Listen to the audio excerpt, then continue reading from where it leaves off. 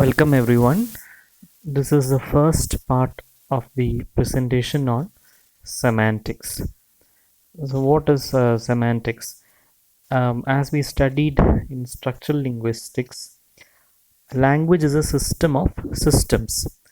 അതായത് language is a combination of phonology, morphology, syntax, and semantics. So, phonology is about sounds, morphology is about words, syntax is about grammar. അപ്പോൾ ഇതെല്ലാം കൂടെ ചേർന്ന് അവസാനം എന്താണ് ലാംഗ്വേജിൻ്റെ use? It should convey something, it should have some meaning. So, semantics is a study of meaning. So there are basically two types of meanings. This is a basic division. ഒന്ന് lexical meaning, മറ്റേത് grammatical meaning. So lexical meaning is also called denotation. Denotation meaning means ഒരു word തന്നു കഴിഞ്ഞാൽ അതിൻ്റെ direct meaning എന്താണ്, dictionary meaning എന്താണ്, അതിനെയാണ് നമ്മൾ ലെക്സിക്കൽ മീനിങ് എന്ന് പറയുന്നത്. It is a dictionary meaning of an individual word. Grammatical meaning എന്ന് പറയുമ്പോൾ അതിനൊരു it is a meaning conveyed through the structure of a sentence.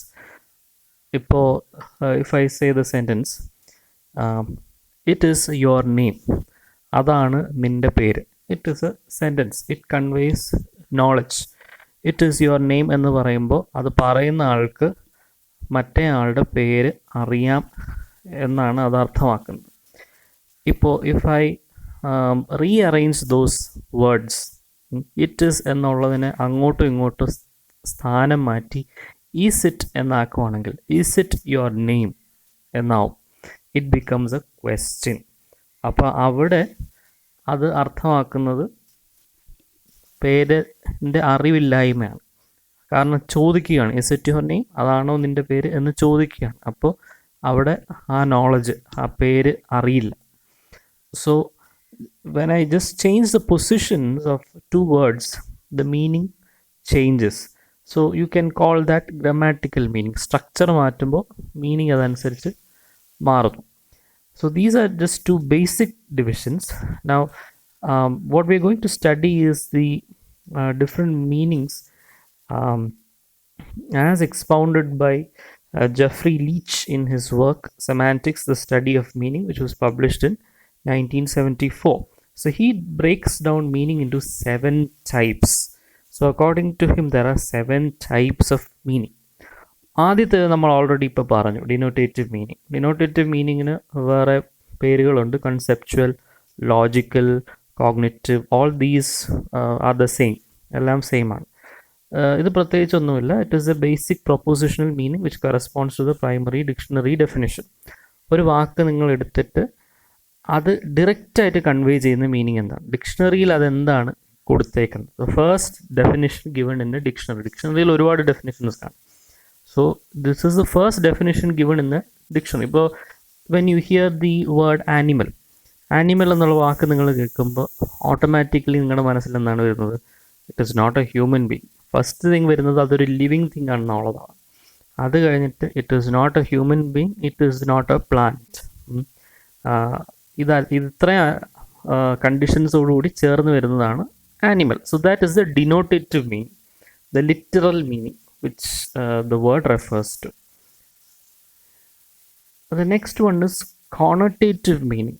Direct meaning അല്ല, ഇൻഡിറക്റ്റ് ആയിട്ട് നമ്മൾ ഒരു വാക്ക് ഉപയോഗിക്കുമ്പോൾ ഉദ്ദേശിക്കുന്നത് എന്താണ് എന്നുള്ളതാണ്. അതിനുള്ള എക്സാമ്പിളാണ് ഇപ്പോൾ the same word he is an animal. ഇവിടെ നമ്മൾ ആനിമൽ എന്ന് വാക്ക് ഉപയോഗിക്കുന്നത് കൊണ്ട് എന്താണ് ഉദ്ദേശിക്കുന്നത്? ഇവിടെ ഹീ ഈസ് എൻ ആനിമൽ. മനുഷ്യന്മാരെല്ലാവരും ആനിമൽസ് ആണെന്ന് നമുക്കറിയാം, യു ഓൾ നോ ദാറ്റ്. പക്ഷേ ഇവിടെ അതല്ല പറയുന്നത്. ഹീ ഈസ് എൻ ആനിമൽ, അവനൊരു മൃഗമാണ് എന്ന് പറയുമ്പോൾ you are actually referring to him as a very cruel, merciless ആയിട്ടുള്ളൊരു മനുഷ്യൻ എന്നാണ് നമ്മൾ ഉദ്ദേശിക്കുന്നത്. ഡിറക്റ്റ് മീനിങ് അല്ല, ഡിനോട്ടേറ്റീവ് മീനിങ് അല്ല. This is a connotative meaning. So നേരത്തെ നമ്മൾ ആനിമൽ എന്നുകൊണ്ട് ഉദ്ദേശിച്ചതും ഈ സെൻറ്റൻസിലെ ആനിമൽ എന്ന് കൊണ്ട് ഉദ്ദേശിക്കുന്നത് രണ്ടാണ്. ഡിക്ഷണറിയിലുള്ള ഡിറക്റ്റ് മീനിങ് അല്ല നമ്മളിവിടെ ഉദ്ദേശിക്കുന്നത്. what we are trying to say is that this person is a very cruel person, merciless person. ഇനി the next meaning is social meaning. Social meaning എന്ന് പറയുമ്പോൾ ഒരാളുടെ ലാംഗ്വേജിൽ നിന്ന് അയാളുടെ ഒരു റീജിയണൽ അല്ലെങ്കിൽ ഒരു സോഷ്യൽ ഒറിജിൻ നമുക്ക് വ്യക്തമാവും. അങ്ങനെയുള്ള അതിനെയാണ് നമ്മൾ സോഷ്യൽ മീനിങ് എന്ന് പറയുന്നത്. അതായത് ഇപ്പോൾ for example take the sentence I ain't done nothing. നമ്മൾ ഐ ഹാവൻറ്റ് ഡൺ എനിത്തിങ് എന്നേ നമ്മൾ പറയാറുള്ളൂ.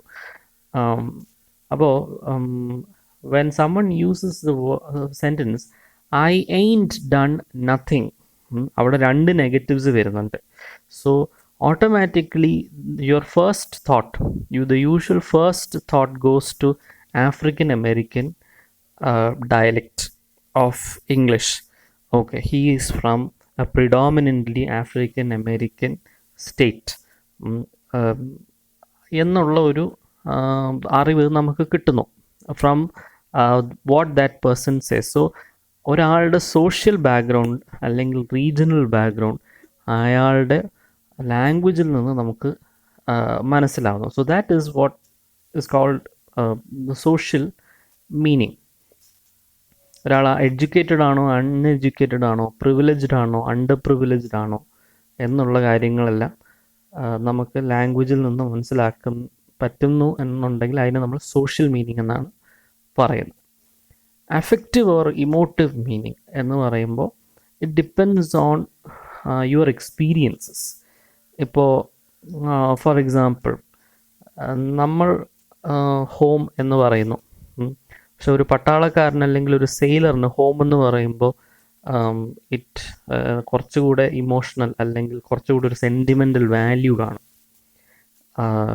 എന്നും വീട്ടിൽ പോയി വീട്ടിൽ നിന്ന് കോളേജിൽ വരുന്നു, കോളേജിൽ നിന്ന് തിരിച്ച് വീട്ടിൽ പോകുന്നു, അങ്ങനെ ഉള്ള ഒരാൾക്ക് ഹോം എന്ന് പറയുന്നതിന് അയാൾ കൽപ്പിച്ചു കൊടുക്കുന്ന മീനിങ്ങിനേക്കാളും ഒരു സെൻറ്റിമെൻ്റൽ വാല്യൂ മാസങ്ങളോളം വീട് വിട്ട് വേറൊരു സ്ഥലത്ത് പോയി ജോലി ചെയ്യുന്ന ഒരാൾക്ക് ഉണ്ടാവും.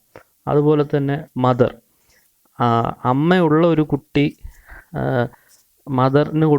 മദർ എന്ന വാക്കിന് കൊടുക്കുന്ന ഒരു മീനിങ്ങും അമ്മയില്ലാത്ത കുട്ടി കൊടുക്കുന്ന ഒരു സെൻറ്റിമെൻ്റൽ വാല്യൂ മീനിങ്ങും രണ്ടാണ്. So that is what is called affective or emotive meaning. The effects which is evoked in a reader. ആ വേർഡ് കേൾക്കുമ്പോൾ അത് വായിക്കുന്ന ആൾക്ക് അല്ലെങ്കിൽ അത് കേൾക്കുന്ന ആൾക്ക് മനസ്സിലുണ്ടാവുന്ന ഇമോഷൻസ് അതനുസരിച്ചാണ് ഈ affective or emotive meaning work ചെയ്യുന്നത്. Reflected meaning is when there are two denotative meanings, multiple meanings ഉള്ള വാക്ക്. ഇപ്പോൾ ഫോർ എക്സാമ്പിൾ ഡിയർ എന്നുള്ള വാക്ക് എടുക്കുക. ഡിയർ എന്ന് രണ്ടർത്ഥമുണ്ട്. മൈ ഡിയർ എന്ന് പറയുമ്പോൾ മൈ ബിലവഡ് എന്നാണ് അതിൻ്റെ അർത്ഥം.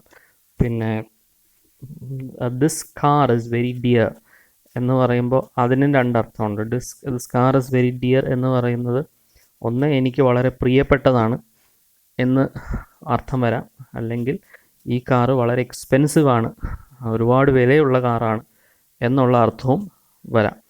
So that depends on what you want to say. So that is called reflected meaning when a word has more than one denotative meaning. Collocative meaning is when you use certain words with certain other words only. നമ്മൾ ചില വാക്കുകൾ ഉപയോഗിക്കുമ്പോൾ അതിന് അഡ്ജക്റ്റീവായിട്ട് ഉപയോഗിക്കുന്നത് ഒരുപാട് adjectives നമുക്കുണ്ടാവാം, പക്ഷേ ചില വാക്കുകളുടെ കൂടെ നമ്മൾ അഡ്ജക്റ്റീവായിട്ട് ഉപയോഗിക്കുന്നത് ചില പർട്ടിക്കുലർ വാക്കുകൾ മാത്രമായിരിക്കും. ഫോർ എക്സാമ്പിൾ നമ്മൾ പറയുകയാണ് Mukesh Ambani is a big business man. അവിടെ we use big. You all know that in certain other situations we can actually substitute big with large or great. പക്ഷേ when you are talking about business, he has a big business എന്നേ നമ്മൾ സാധാരണ പറയാറുള്ളൂ. he is a large businessman അല്ലെങ്കിൽ he is a great businessman. അത് വേറൊരു കോണ്ടെക്സ്റ്റിൽ നമുക്ക് വേണമെങ്കിൽ പറയാം ഗ്രേറ്റ് ബിസിനസ് മാൻ. പക്ഷേ ബിസിനസ് എന്നുള്ള വാക്കെടുക്കുമ്പോൾ എന്താ പറയുക, ഇറ്റ് ഈസ് ബിഗ് ബിസിനസ് എന്നേ പറയാം സാധാരണ നമ്മൾ പറയാറുള്ളൂ. അല്ലാതെ ഇറ്റ് ഈസ് ലാർജ് ബിസിനസ് അല്ല ഇറ്റ് ഈസ് ഗ്രേറ്റ് ബിസിനസ് എന്ന് നമ്മൾ യൂഷ്വലി പറയാറില്ല. A thematic meaning depends on what part of the uh, sentence you want to stress. അപ്പോൾ വേർഡിൻ്റെ അതനുസരിച്ച് നമുക്ക് വേർഡ് ഓർഡർ ചേഞ്ച് ചെയ്യാം. ഇപ്പോൾ for example Mrs Smith donated the first prize എന്ന് പറയുമ്പോൾ അവിടെ ആരാണ് ഫസ്റ്റ് പ്രൈസ് ഡൊണേറ്റ് ചെയ്തത് എന്നുള്ളതാണ് ഇമ്പോർട്ടൻറ്റ്. നേരെ മറിച്ച് നമ്മൾ സെക്കൻഡ് സെൻറ്റൻസ് വായിച്ച് നോക്കൂ. The first prize was donated by Mrs Smith എന്ന് പറയുമ്പോൾ അവിടെ മിസ്സസ് സ്മിത്ത് എന്താണ് കൊടുത്തത്, വാട്ട് ഡിഡ് ഷീ ഗിവ് എന്നുള്ളതിനാണ് importance. Focus changes the meaning. So thematic meaning is, it depends on the focus, what you want to focus or emphasize. Lexical relations. Let's look at some of the lexical relations between words. Synonyms, you know that synonyms എന്ന് പറയുന്നത് ഇപ്പോൾ ഒരേ വാക്കിന് തന്നെ നമുക്ക് വേറെ substitute ഉപയോഗിക്കാൻ പറ്റുന്ന വാക്കുകളാണ് നമ്മൾ സിനോണിംസ് എന്ന് ഉപയോഗിക്കുന്നത്. ഇപ്പോൾ big, large, taxi and cab, ഇതെല്ലാം almost convey the same meaning. എപ്പോഴും ഇല്ല, പക്ഷേ in most of the cases it conveys the same meaning. So two words which are closely related in meaning, exact same meaning അല്ല, but closely related in meaning are called synonyms. Antonymy അല്ലെങ്കിൽ antonyms means opposites, direct opposite meaning വരുന്നത്. Alive, dead, big, small, buy, sell, you all know what antonyms are. Hyponymy is when one word is contained in another. Contained in another എന്ന് പറയുമ്പോൾ ഇപ്പോൾ take the example of animal and horse, two words.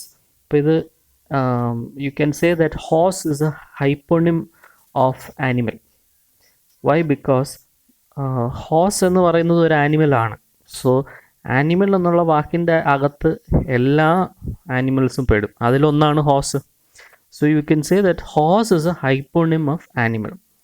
അതുപോലെ ant is a hyponym of insect, because insect എന്നുള്ള വാക്ക് നമ്മൾ ഉപയോഗിക്കുമ്പോൾ അതിൻ്റെ അകത്ത് എല്ലാ ഇൻസെക്ട്സും ഉണ്ട്, അതിലൊന്നാണ് ആൻറ്റ്. അതുപോലെ തന്നെ rose is a hyponym of a flower, of the word flower. Why? Because flower, rose is a flower, ഒരുപാട് ഫ്ലവേഴ്സിൽ ഒന്നാണ് റോസും. So this is what is called hyponymy. Homophones എന്ന് പറയുന്നത് words which have the same pronunciation but different spelling. Pronunciation same ആയിരിക്കും, പക്ഷേ written form different ആയിരിക്കും. Examples കൊടുത്തിട്ടുണ്ട്. Right and write, meat, two, three different forms of two are there. So those are homophones. Homonyms എന്ന് പറയുന്നത് same spelling ആയിരിക്കും, പ്രൊനൗൺസിയേഷനും same ആയിരിക്കും, പക്ഷേ അർത്ഥം വേറെ ആയിരിക്കും, ഡിഫറെൻറ്റ് മീനിങ്സ് ആയിരിക്കും, അൺറിലേറ്റഡ്. ഇപ്പോൾ ബാറ്റ്, രണ്ട് തരത്തിലുള്ള ബാറ്റ്. ഒന്ന് നമുക്കറിയാം വവ്വാൽ എന്നുള്ള അർത്ഥത്തിൽ വരുന്ന ബാറ്റുണ്ട്, പിന്നെ ക്രിക്കറ്റ് കളിക്കുമ്പോഴോ അല്ലെങ്കിൽ ഷട്ടിൽ കളിക്കുമ്പോഴൊക്കെ നമുക്ക് യൂസ് ചെയ്യുന്ന ബാറ്റുണ്ട്. So same spelling, same pronunciation but different meanings.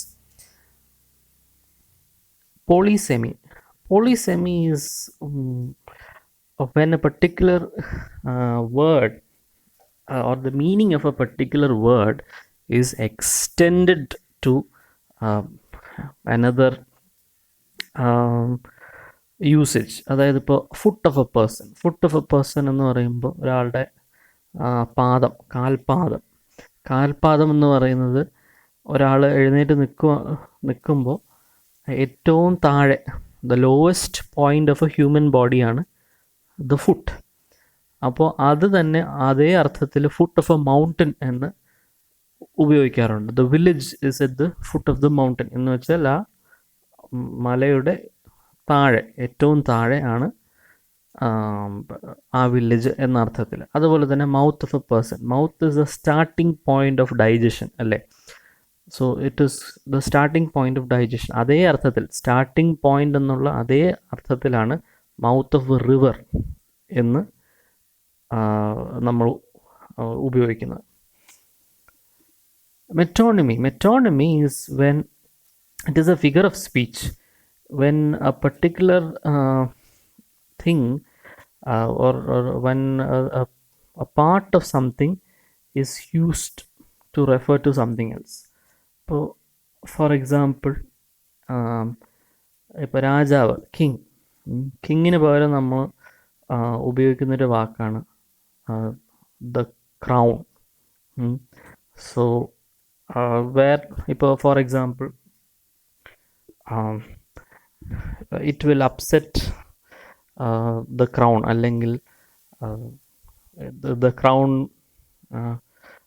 Will be rattled എന്നൊക്കെ നമ്മൾ പറയുമ്പോൾ അവിടെ we are not actually exactly pointing to the crown. Crown എന്നുള്ള സാധനത്തിനെ അല്ല നമ്മൾ ആക്ച്വലി അവിടെ ഉദ്ദേശിക്കുന്നത്. നമ്മളവിടെ ഉദ്ദേശിക്കുന്നത് രാജാവിന് അതൃപ്തി ഉണ്ടാവും എന്ന ഉദ്ദേശത്തിലാണ് അവിടെ. ഇപ്പോൾ when you use a sentence, it will upset the crown, അല്ലെങ്കിൽ it will rattle the crown എന്ന് നമ്മൾ പറയുമ്പോൾ ആ അർത്ഥം വരുന്നത് അത് രാജാവിന് അതൃപ്തി ഉണ്ടാക്കും എന്ന രീതിക്കാണ് നമ്മളവിടെ ഉദ്ദേശിക്കുന്നത്.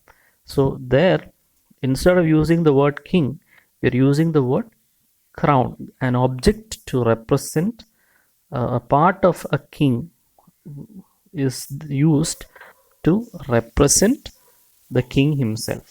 So അതിനാണ് നമ്മൾ മെറ്റോണിമി എന്ന് പറയുന്നത്.